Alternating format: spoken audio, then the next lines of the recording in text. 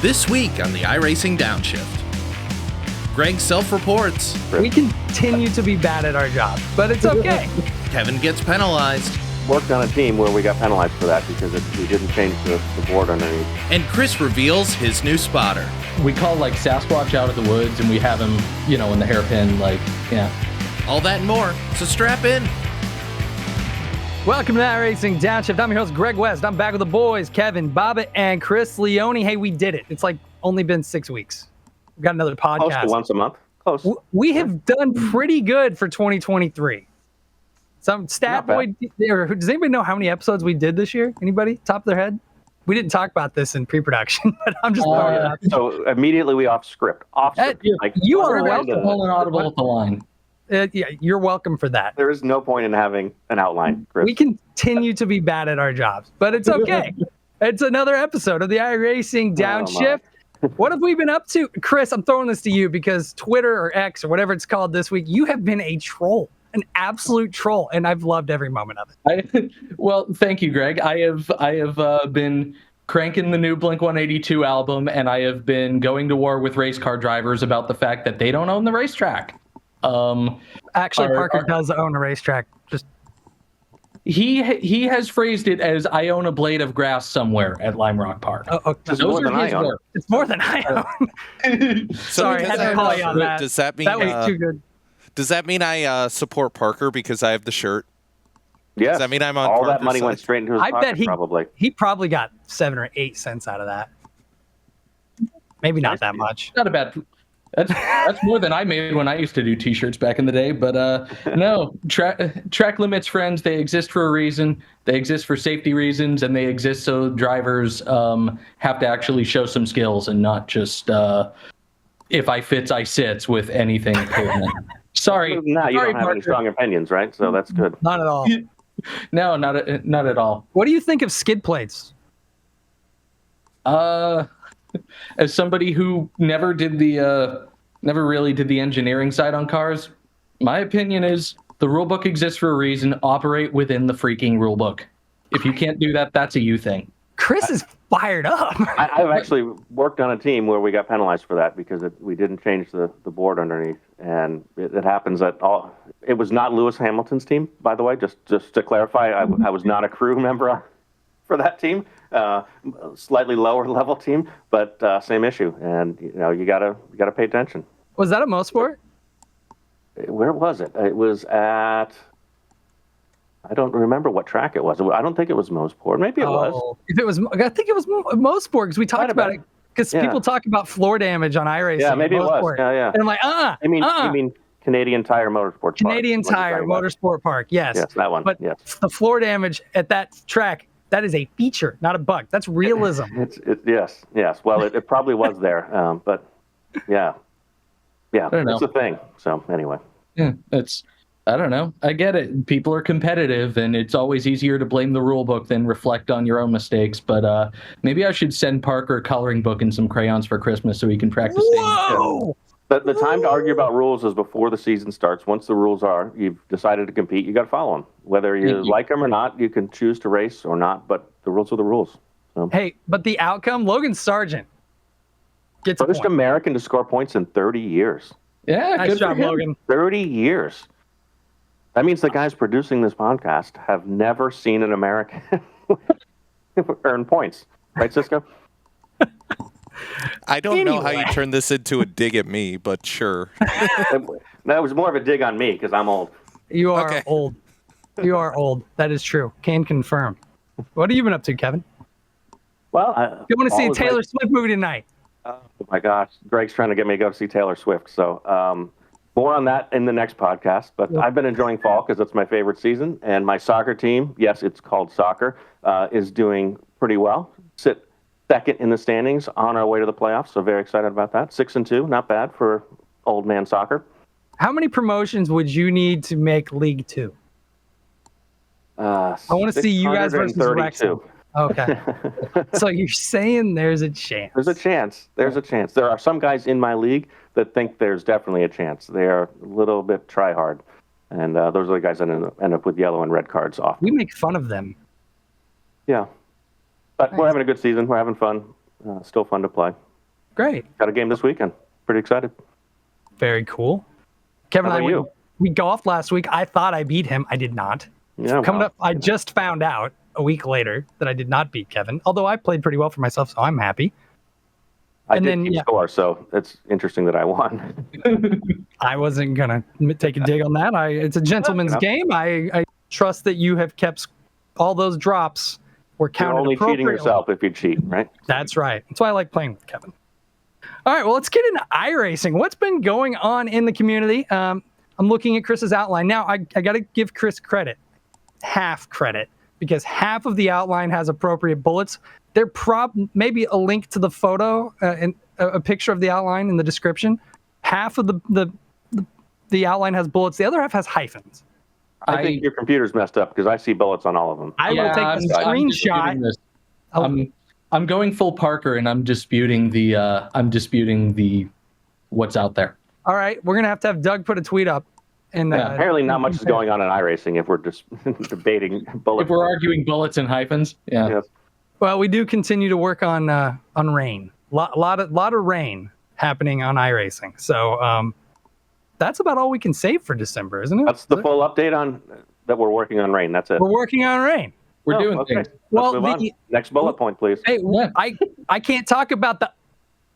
Oh, yeah. Or what about that because- other? Yep, yeah. We flicking haven't those had in any post, right? communication that allows us to do so. So, and yeah, that we can't do it yet. It's too soon. It's only week 6. It's early. Yeah. We need to get Tony on here. He'll just tell you everything. Ah, that's true. Maybe that Christmas present to iRacing. We'll bring Tony on next month. Just, what's happening in 2024? Yeah. Tony, if you're listening, what's up? All right. Special event stuff though. We had a big October. We had Crandon. I know Chris hates dirt racing, but we had Crandon. Yeah. And then Cisco, you were involved in Crandon in some capacity, right? Yeah, I ended up my good friend Keenan Kusin, who is a streamer, does a lot of iRacing. He ended up making the top 20. He was the 20th driver, and we barely snuck in. So where did you finish up? So we top 10 in out of the 20. heat, and then I think we got hurt in the feature, so somewhere in the 13s or so. So I mean, it was a net game because we came in as car 20. So yeah, did you fail at your job or did he fail at the behind the wheel? well, we came in privateer, so we had no setup help, no nothing. So, versus all the pro excuses I'm teams hearing. were there. Yeah. The world champion was there, so we'll take it. That sounds like a really professional racing organization. Blame He your actually equipment. He didn't answer the question either. It was No. interesting. I like it. Look, I just got to thank all the guys back at the shop. They gave us a great truck. Fantastic. A Oh, long career in racing, Cisco. I love it. true or false? Your driver would have been better off using the default spotter pack. We did. I was supplementary, sir. Oh, All right. good Okay, times.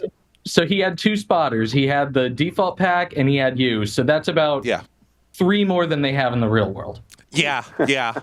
Pretty much. Which, if you've ever been around Crandon, there are absolutely cases where you could use like 5 spotters at one time. It's crazy out there. Yeah, sometimes we call like Sasquatch out of the woods and we have him, in the hairpin, What? good dude. I've lost. I'm lost. Yeah. Hey, Kevin, let's talk about the SCCA runoffs. The runoffs happened last We had the runoff. Saturday. Yes, runoffs were Pretty great. cool, right? One of the coolest broadcasts that I ended up watching the whole thing. I tried to race spec racer. I didn't make top split because I stink. Cisco had to work all day. Sorry, Cisco. Yeah, Nice Cisco. 6 hours. It was great. I really enjoyed it. Like I sat on the couch and watched racing, and yeah, I really, really enjoyed that. So nice job on the broadcast. Cool broadcast on World Esports Day too. Pretty neat. Yeah, Mhm. yeah. But for those that don't know, we had 6 races back to back to back to back, whatever, with car classes loosely representing what's available in the SCCA. It's not a 1-to-1 comparison. I do know there were some people that weren't happy that it wasn't directly 1-to-1, but for participation reasons, we do the best we can to emulate what happens, and I think it was an excellent job. We saw a lot of new names in the broadcast, and I think that's one of my favorite parts about it. Even though we didn't use super sessions this year, if you're good in the car, you probably can make the broadcast. And so we had 6 races. We had one person did win 2 events. I forget the name. Sorry, I'm a failure. But just a fun broadcast. Really enjoyed it all. And looking forward to next year's. We should get on a call and talk about that sometime. Let's do it. Let's see. Planning now. And October, November is pretty busy in special event land. We've got the NIS finale at Phoenix. That'll be elbows out, lots of fun. We've got the Fuji 8-hour. Now that's a new one for us. Replacing the 10 hours of Suzuka. So GT3 is only at Fuji, and people are already talking about setups. I think that's actually going to be a really big event. First time we've run that one. And then newly announced, the FF 1600 Festival, which is going to emulate the Formula Ford Festival over in the UK. That's put on by Motorsport UK and BRSCC. And a cool format. We're going to use a couple of heats. You're going to have 2 heats and then a last chance qualifier and then the main, loosely emulating what they do over multiple days in the UK at Brands Hatch. That's at Brands Hatch Indy. Just going to be a cool broadcast, I think. Yeah, they run something that I would say is similar to like the Chili Bowl. You know, they have all these qualifying races throughout the week and all that. So we're doing it in sort of one session to get people involved, but we're trying to make it as similar and as interesting because it's kind of a special format. So should be a great broadcast, should be a cool race. You know, I think it's pretty much open to everybody D and above? Is that? Yep, everybody D and above. Here's a trivia. Do you know who won last year's real world event and what sponsor was on the side of the car? I'm thinking that you've set us up to say Max Esterson's name. You are correct. Max and Esterson. I'm guessing that it was not, well, I won't guess the sponsor, but. It was iRacing. I know it was. No, so Max is the reigning champion, so really cool to have that to bring that real world tie in. Also, Kevin, we're sponsoring the real world event this year too. Yeah, we should be all over the real world broadcasts and whatnot, so that'll be neat to get some exposure. You know, we're always trying to get the name out there, get iRacing some new eyeballs. So it's a nice tie-in both to have the virtual version and then be connected in the real world version. It kind of comes full circle. So Neat opportunity there. Very cool. Work continues on the 2024 special events calendar. It is all over my desk right now. That is a fun puzzle to put together. We're hoping to announce Greg.west@iRacing.com if you have suggestions. Again, which automatically forwards to Kevin.Bobbitt at iRacing.com if you would like his cell phone number. Oh, gosh, here we go. I'm not that mean. But yeah, we hope to have that available publicly end of November, beginning of December, like we usually do. Please don't blow up support. It's the same questions every year. It's coming. #soon. We promise we'll have it to you as soon as we're able to announce it. You can Chris, probably guess what the main events will be. I mean, we're not, there's some that are hugely popular. They're not going to go away. I mean, it'll be similar. So I bet it kicks off with the Roar. I'd go out and what cars are in the Roar might change. But Roar and Daytona 24. I'm willing to bet those happen in January in close proximity to the real world Daytona 20. Just throwing it out there. Yeah. And then, Chris, we got qualifying underway for eNASCAR College Series, and they're at Dover. Yep, next one coming to Dover. College Series has been really interesting this year with all the different races. Instead of running the spring and fall semesters separate, it's turned into a big 8-race kind of season, and then points being tracked, and then a finale at the very end. But yeah, this time up, we're at Dover. So qualifying is going underway now. That runs through Halloween. So they're switching between the trucks and the Xfinity cars. So definitely one to circle your calendars depending upon which vehicle you're better in. But hopefully, if you're trying out for that one, you're pretty good at both. Absolutely. Stealing Chris's line. My word. We also have a new piece coming out on Mondays this week in iRacing. We're trying to do a better job of saying what's going on this week. As we have so many special series and high-profile series, and Chris and Kevin have done a nice job along with Justin Melillo, who's going to be our special guest today, putting that together. Kevin and Chris, you guys want to talk about that a little bit? That's been your guys' project. Sure. Chris, take it away. What I did there. Fun fact, this is basically how the back end of this came about, because Kevin pitched it as we were in the process of. I think Greg started this conversation. Well, yeah, that's the thing, and you conveniently left that out. And I didn't find that out until I found it out from Greg on Monday evening. But yeah, we've just been trying to compile everything that's kind of going on in the service. There were a lot of things going on. We're always talking internally about how can we draw more attention to things? How can we do a better job of getting this information out there? And if you're paying attention to the UI and the website, you'll know that there's a call to action every Monday morning for all the special events. You'll know that we've been really trying to get these things out there on stuff like the college series that we just talked about. We do a ton of esports coverage, previews and recaps for the big series, and we're even able to expand that a little bit with Justin having come on board. But we wanted to have something that gets all of this information as best as we can in one place. It's still a bit of a work in progress. That was one of the things that the three of us were kind of talking about as we were doing the pre-show meeting, is we're still massaging it. We're still figuring out what goes where, trying to keep those community events towards the top, but work in some things so that if you're not seeing all those other call to action, or if you're seeing all those other call to actions and esports coverage and whatever, you'll know about some of the other things that are going on. So yeah, really cool initiative. It really comes more from the other two guys that are the hosts of the show than me. I'm just kind of trying to herd the cats on all the events and give Justin some direction. Chris is doing the work. Justin's doing the work. I'm the shop foreman. I'm just, Nice. No, really what I am is I'm Harry Hogg in Days of Thunder. I'm sitting in the pit box eating the ice cream. You can drive through it. I know it in my heart. Well, we'll use that as a segue. I'm going to read this directly off the outline. Segue this into introducing Justin, who was our special guest today. Justin Melillo, longtime community member and huge advocate for iRacing and sim racing as a whole. My intro is not nearly as good as Chris's, and Chris can talk about all his accolades, including a Simmy. Got a Simmy. He's got National Motorsports Press Awards.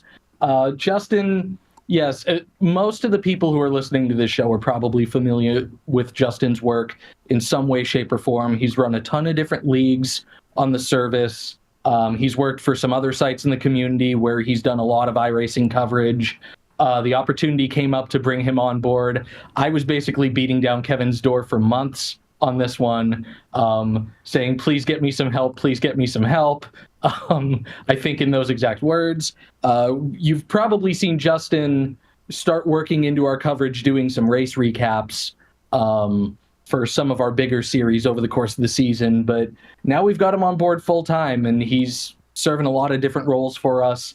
Takes amazing screenshots, writes incredible recaps, just does a fantastic job. He's a Swiss Army knife at everything basically that he can do within the sim, and so we're thrilled to have him. Yeah, you won't find a guy that's more in touch with the sim community in terms of who the players are, what series are interesting and important, and generally just what's going on. Like, he's my go-to guy if I have a question about any of our esports series, and he doesn't look it up, he just knows. So great. All right. Well, without further ado, let's bring in Justin Melillo.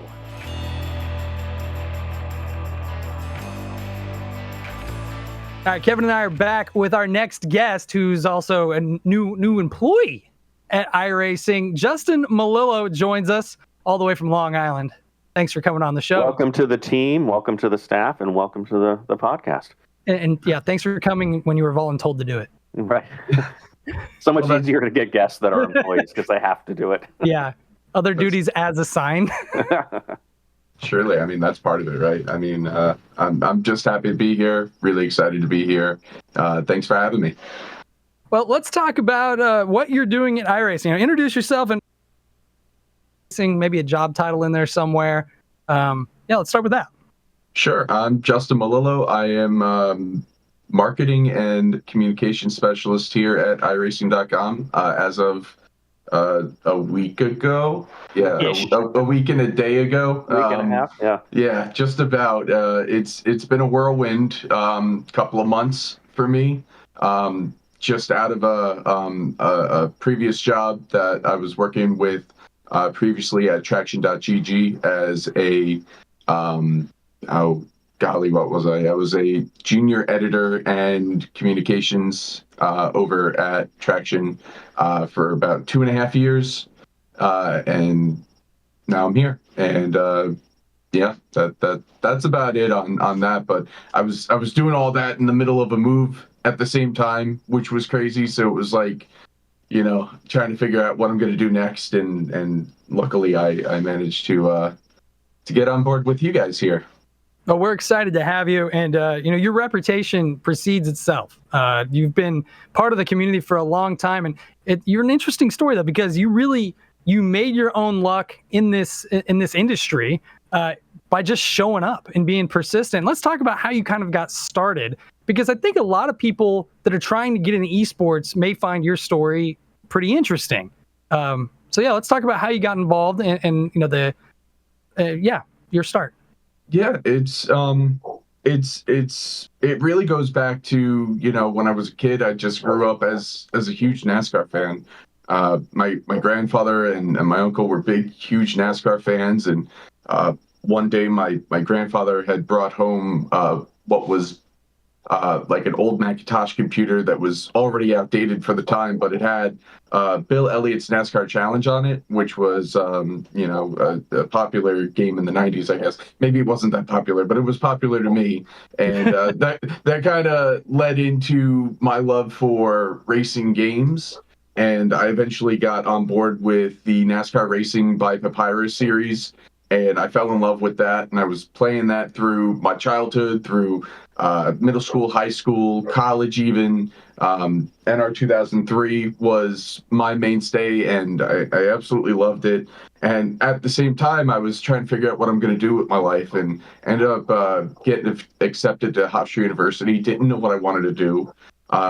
Settled on a degree in journalism and print journalism, which was a dying breed at the time in 2008, 2012.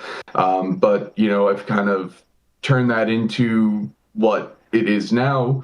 I ended up with the racing experts. Dominic Aragon took me on in 2014, and I started writing about real NASCAR races, the actual events. I went to places like Dover, Pocono, New Hampshire every year, and I would go to those races. I'd report on those races, and at the same time, I'm running a league still on NR 2003, a decade later, and at the same time as that, the eNASCAR series is going on. The Drivers' World Championship it was at the time, and I'm watching some of my friends that I grew up racing with competing for what was $10,000 at the time. Eventually in 2019, I got the good idea to start writing about it. I wanted to start writing about what was happening in DWC, which then was Peak. It was the Peak series. I started writing about that. I watched all the races that season, covered every race for the racing experts. Saw Novak win. That was the same year that I was really getting hard into my NASCAR coverage, and I ended up getting the annual credential that year, which was really big for me. That NASCAR gave me one of those, and I ended up going to, I think, 10 races that year. So that year, I had my computer in my car. I was bringing my computer with me to the racetrack, covering the races, and then on Tuesday nights covering what was going on in Coke, or Peak Antifreeze at the time. And it was pretty insane. And then y'all had the media days in 2020, and things kind of just blew up from there, right? I think that's when I met you. It was at the 2020 media days at NASCAR Hall of Fame and NASCAR Productions. So you were the one guy in a suit, and it was like, all right, this guy's here to he's serious about this. He's not just showing up, and you were, and your coverage has been great. So we obviously noticed what you were doing a long time ago, and glad that it worked into something permanent here. So. Yeah, for sure. I mean, I feel like 2020 was really the catalyst for everything that's happened to, kind of get everybody to this point, right? We had the pandemic that year, and everything that happened with that. I jumped right on it, right? I just wanted to get right involved when the eNASCAR Pro Invitational Series happened. I wanted to make sure that got what was the proper coverage that deserved, because it felt like maybe the traditional media didn't really care too much for it, but I was already in it, and I really wanted to make sure that we were getting this covered like it was supposed to be, and it really took off. And I'm really glad because it kind of got my name out there, and it's been clockwork ever since. It feels like every day I'm on the sim. There's always a new race to watch, to be in. I like racing myself. I got a whole expensive rig to the left of me that I like, jumping in from time to time and participating in myself. I still run a league over at FTF. It's now on iRacing. We finally got off of NR in 2020. So. Got your money's worth out of that box product, huh? For sure. But it's been an incredible journey. Didn't you run the Firecracker 400 this year? No, I didn't make the field. You didn't make the field. I tried. You attempted to qualify. Okay. Attempted to qualify for it. Missed it by that much to get into the top 88. It was so close. I was there. They knew I was there. But it was maybe next year. For sure. Well, let's go back to what you said. You said a number that gets people's attention, especially in the sim racing world. You said 2020. And your timing and persistence couldn't have been better, because when the world shut down, everybody's focus turned toward sim racing and iRacing specifically. And everybody looking, we already had coverage. We had, who's this Justin Melillo guy? And it seems like that was a big explosion for you as well, for opportunities. You want to talk a little bit about how that blossomed?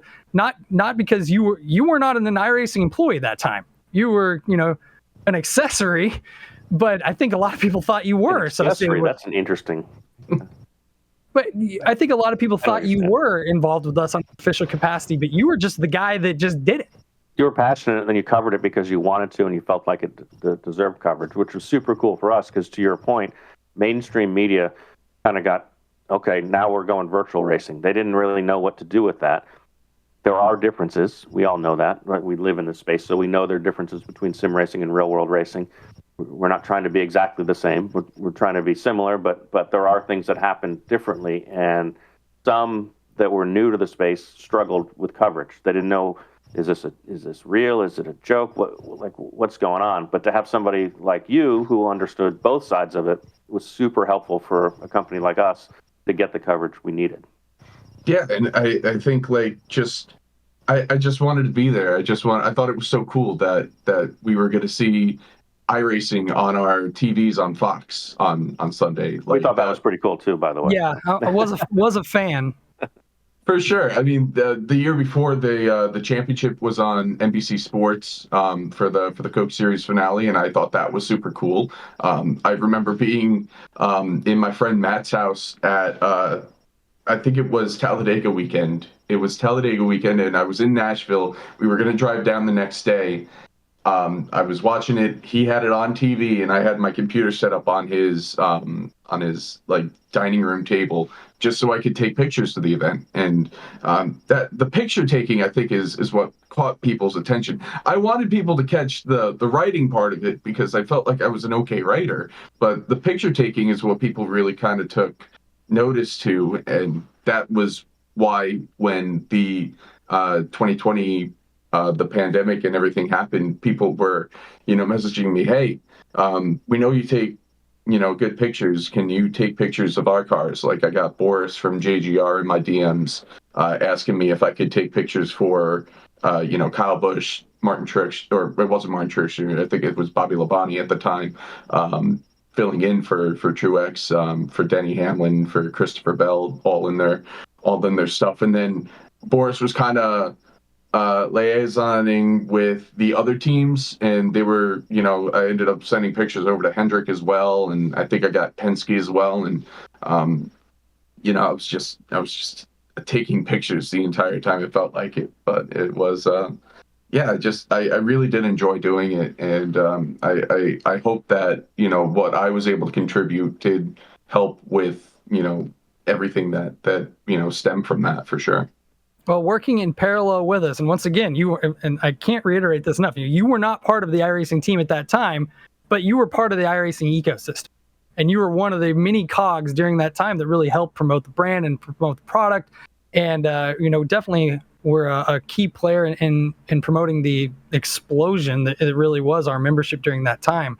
And that was just really cool to see. But like I said, you made your own luck. It's something I think that a lot of people, I just got back from the Sim Racing Expo a couple weeks ago. A lot of people, come up to me, how do I get involved? What can I do? How can I get on it? How do I get, a job in esports?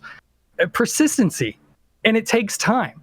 And if you the cream will rise if you're persistent, whether it's trying to get in and working for a publisher like iRacing or any of the other publishers, or whether you want to be a streamer or whether you want to be in media and marketing. I think if you talk to most people in those roles, persistency and doing it not because you're looking for a job, but because you thoroughly enjoy the subject matter and you want to get involved. And those people that are persistent and are also have the talent that you obviously bring to the table, those opportunities will come. And when you get those opportunities, you make the most of it. Kevin talks about the first time he saw you at the media day, you showed up in a suit, you represented yourself well. And I think that is something that you stood out right then and there before he even walked up to you and introduced himself, because that kind of stuff makes you want to walk up and introduce yourself. Who's this person? When you get the opportunity to represent yourself well and stand out in a positive fashion, and you've done just that, and I just think that is incredibly admirable, but I also think it's a template that a lot of people, if you want to get in the industry, the way Justin did it is a great way to conduct yourself and do it. It probably holds true in whatever industry you want to get into, whether it's you want to be in esports, you want to be in real sports, you want to be in, I don't know, pick it. But you kind of gotta go out and do it. You can't just kind of wait and hope somebody offers you a job. You got to do it and prove yourself. So. Nice work. Yeah. What did you say? Chad Canals, when we were talking to him during the MS event, I think he started sweeping floors. Like actually started sweeping floors.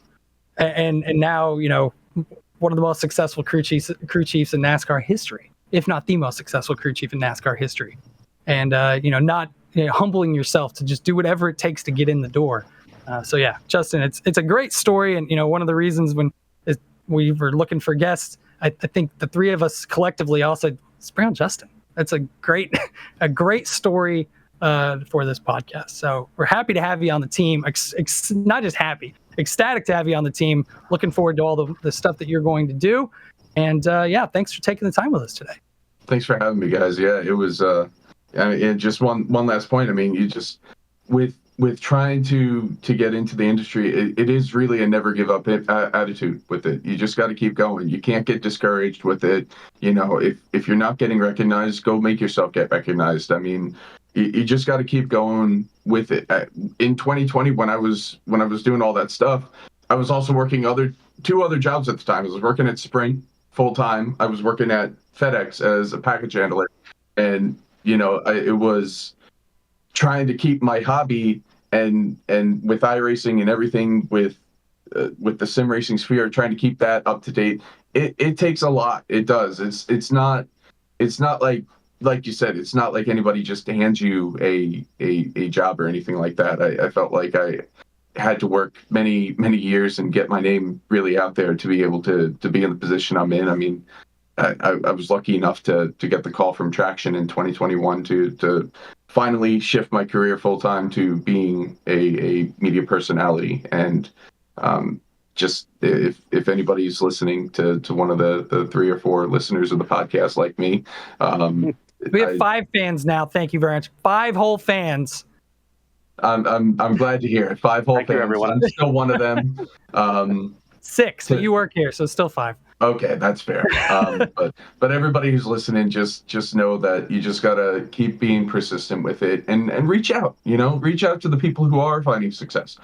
My DMs are always open. I've had people ask me about, I wrote a whole guide on taking pictures, and I hope people can still find that guide over on my old website. But I'm always willing to help with anybody who wants to, get into this space and just keep doing what you're doing and keep making esports and sim racing and this virtual space as amazing as it can be. Well said. But once again, thanks for taking the time today, even though you were voluntold to take the time. And on that note, let's get back to the show.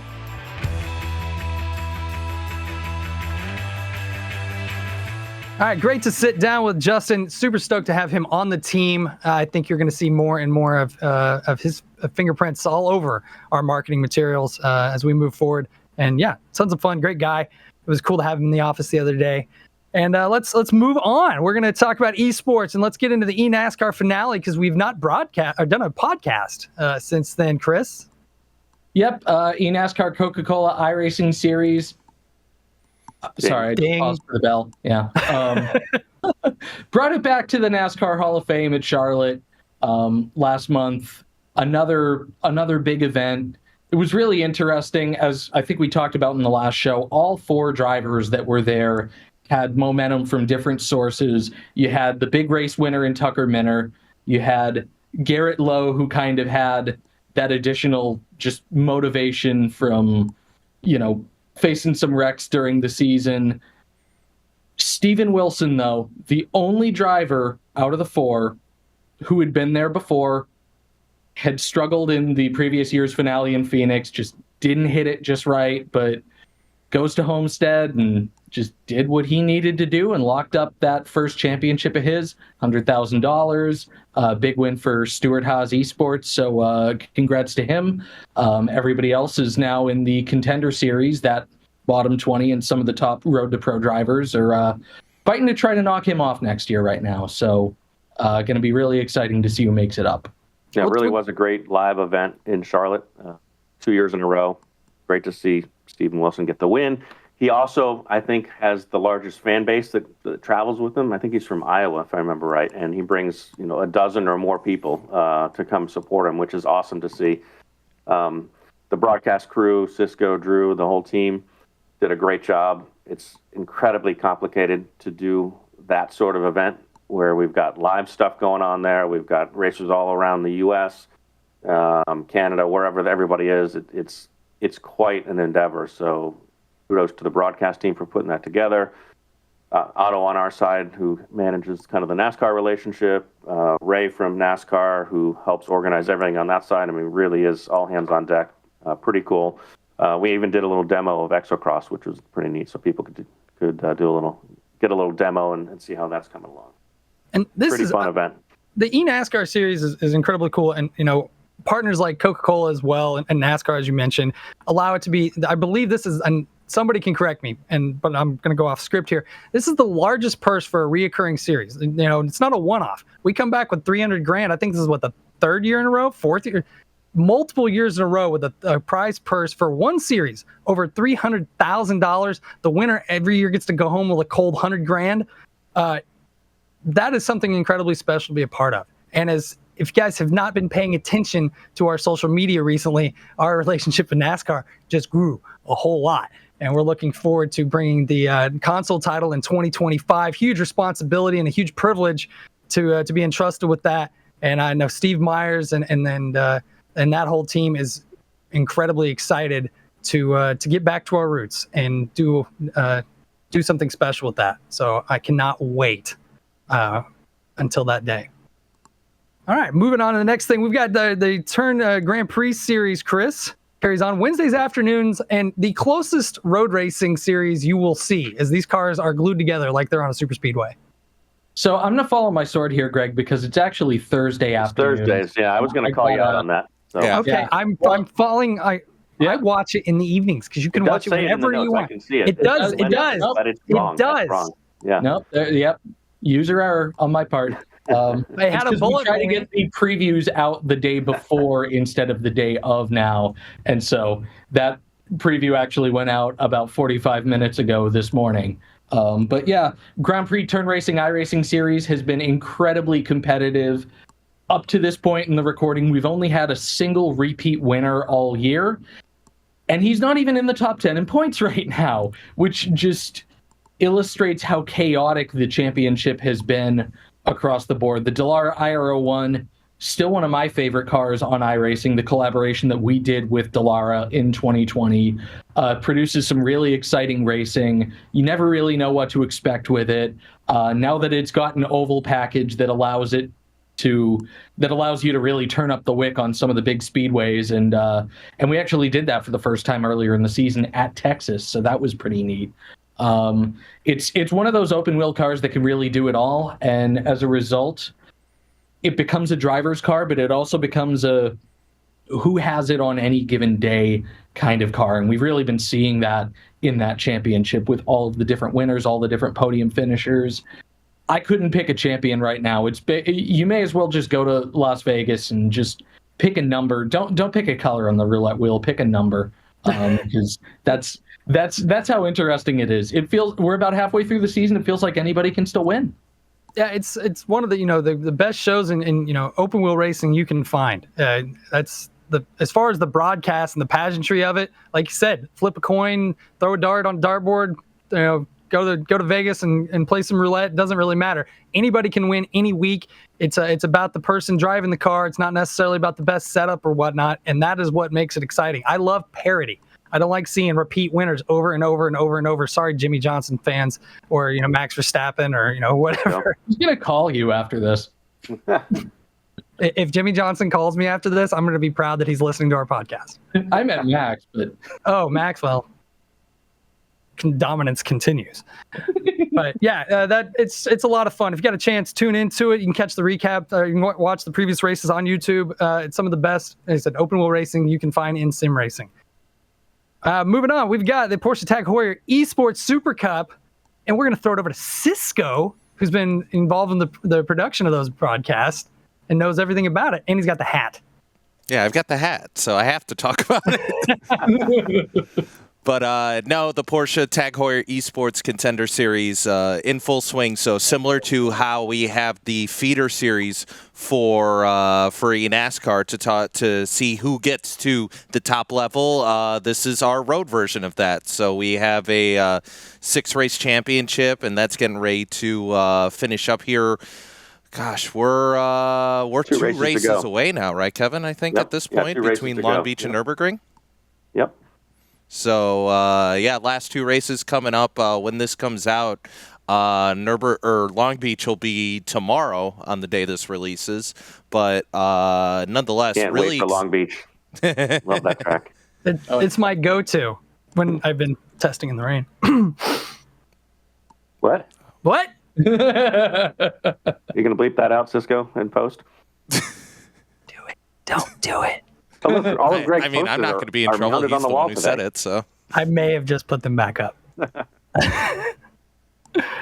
Kevin. Go ahead. Yeah, Long Beach is going to be something. I don't really know what to expect because I said, the NASCAR contender race from yesterday when we recorded this, so Tuesday, I thought that was going to be tame because, they just have to be within this points threshold to make it to the top, and then they kept crashing. So I don't know. It's Long Beach. Someone's going to be in the fountain, I think. That's always a risk when you go to Long Beach is you're going to end up in the fountain. It makes for an entertaining broadcast, so everybody should tune in. Yes, it does. And like I said, 2 races to go, Long Beach and then Nürburgring, and then we'll know our 15 drivers. We're taking up to 2024 and all the fun that awaits us for the 2024 Porsche Tag Heuer Esports Super Cup ding. For those that are new to the show, anytime you get the name of a series correct with the sponsors correctly, you get to ring a bell. But we can't ring a bell because Kevin's dog freaks out. I'm giving Cisco half credit there. He did stumble on a Heuer, but that's because I have my voice in my ear, and it's you're not supposed to give yourself a ding. Somebody else has to. Yeah, you can't give yourself a ding. Yeah. He's new like here. Give yourself a nickname. Yeah. Maverick.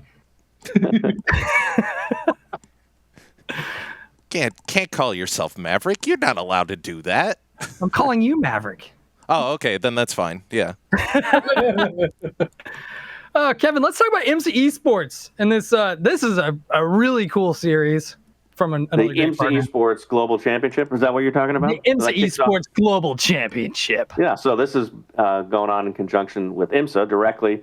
VCO's involved in a lot of the back end of it, organizing and getting things going. Obviously, we're broadcasting it, so pretty exciting mini championship. There's 4 races coming up. It runs in November and December. Multi-class, all the GTP cars, the IMSA GT3 cars or GTD cars, however you like to call them, with some top teams that you'll recognize from the esports scene. So should make for some great racing. I think you're going to see a lot of promotion of it. You know, we've got manufacturers involved, teams involved, IMSA's involved. They're super excited about it.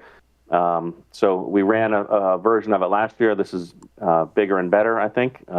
We brought the broadcast in-house. So Cisco, Drew, Sean and Corey and everybody else involved will be busy on most of them runs. I think 3 are on Sundays and 1's on a Saturday, if I remember the schedule correctly. But it kicks off on November 5th. Check out our website for the full details and whatnot. But I'm excited for it, so it should be cool. No, it's going to be a lot of fun. Anything we do with them is a lot of fun. We've had some really cool programs with them over the last few years, and For sure. yeah, looking forward to it. Shout out to Max there on the IMSA side, who's instrumental in making this happen. So Real MVP. He just kind of goes with it. yeah, So we have some, and we'll have some probably some IMSA special event news by the time we record our next podcast. Maybe format update, right? Maybe. sure. Okay. Oh yeah. Oh yeah. Yeah. I was like, what are you talking about? Oh yeah. That thing. Oh yeah. The We've thing been talking about that thing. Yeah, that you've been Dude. like, I've been prodding you to have meetings and things. Yeah. with. Okay. Yeah. The We'll thing talk we about that bleeped next out time. This guy. Yeah. Which way? He's over here. This guy. I need more coffee. Sorry. I'm almost out, and yeah, good times. All right. Well, That was the last bullet, wasn't it? that was the last bullet. was. I don't know what to do now. It says wrap up, but there's no bullets. I don't know. Well, thanks for listening to this edition of the iRacing Downshift. Don't forget to rate, review, and subscribe on Apple Podcasts, Spotify, and anywhere else Chris has put this thing. For Kevin Bobbitt, Chris Leone, I am Greg West. We'll see you on the track probably, unless we crash. In which case, we'll see you in pit lane. There it is.